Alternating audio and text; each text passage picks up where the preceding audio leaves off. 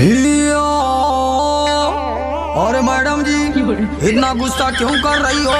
थोड़ा प्यार से बात करो। प्यार से ना, हम डंडा से बात करो।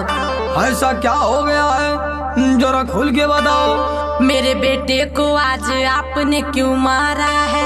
ये आपका जो बेटा है बड़ा आवारा है। मेरे बेटे का मुंह देखो ना कितना भोला है। इससे पूछो ना कि कहाँ पे इसका झोला है। मेरा छोटुआ तो रोज रोज पढ़ने आता है। ये घर से आते ही पुलिया पे भाग जाता है। मेरा बेटा तो पढ़ने में बहुत फराटा है।